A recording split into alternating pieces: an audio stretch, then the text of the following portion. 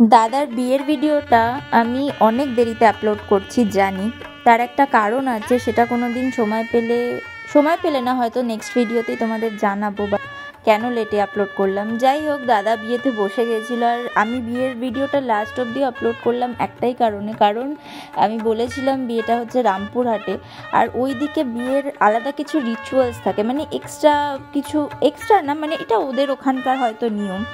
তো যেমন এটা দেখতে পাচ্ছ, প্রথম নিয়ম যে যখন বৌদিকে দাদার আগে মানে 7 পাক ঘোরানো হবে বৌদিকে দাদার পাশে, তার আগে তার ছেলে বন্ধুরা বা দাদারা দাদাকে নিয়ে 7 পাক ঘুরবে কিছু মশাল জ্বালিয়ে। এটা আমার কাছে একটা ইউনিক নিয়ম লেগেছিল ওদের বিয়ের ক্ষেত্রে।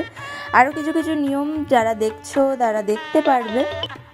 আর দেখতেই পাচ্ছ দাদাকে কতটা উপরে তুলে দিয়েছে ওর বন্ধুরা মিলে, আর বৌদিকে সবাই মিলে তোলার চেষ্টা করছে, কিন্তু লাস্ট অবধি বরপক্ষই জিতে গেল দাদাকে নিয়ে শেষ পর্যন্ত ওপরে উঠিয়ে রাখতে। যাই হোক না কেন, এটা একটা মজার রিচুয়ালস, বাট আমি পার্সোনালি বলবো এটাতে ভীষণ রিস্ক আছে, কারণ ওকে যখন তুলে রেখেছে সবাই মিলে, মানে লিটারেলি দাদাও ভয় পাচ্ছে, বৌদিও ভয় পাচ্ছে প্রচণ্ডভাবে, কারণ স্বাভাবিক অতটা হাইটে সবাই কমফোর্টেবল হয় না। যাই হোক, এখানে দেখতেই পাচ্ছ শুভদৃষ্টির এটা, আমার দাদা তো চোখ সরাতে নারাজ, শুভদৃষ্টিটা একদম মানে সুষ্ঠুভাবে কমপ্লিট করেছে।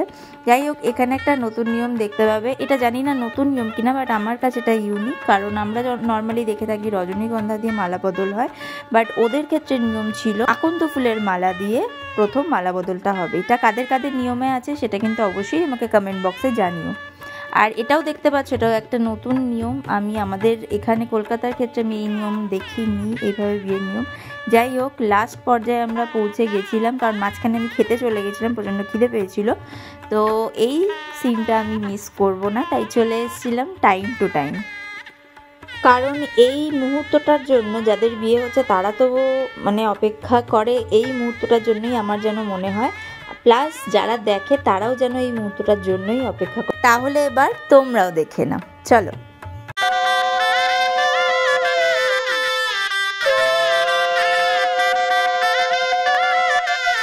যাই হোক, সিঁদুরদান কমপ্লিট, সো বিয়েও কমপ্লিট।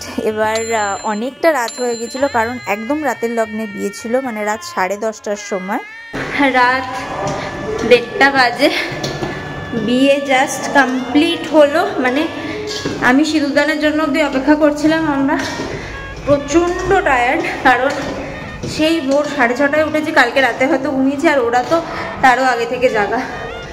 তো যাই হোক, সিঁদুরদান কমপ্লিট বলে আমরা চলে এলাম রুমে, আর পাচ্ছি না। এখানে সবাই অলরেডি ঘুমাচ্ছে, ঘরে সবাই ঘুমাচ্ছে, থাক ঘুমন্ত মানুষের ফটো নেব না।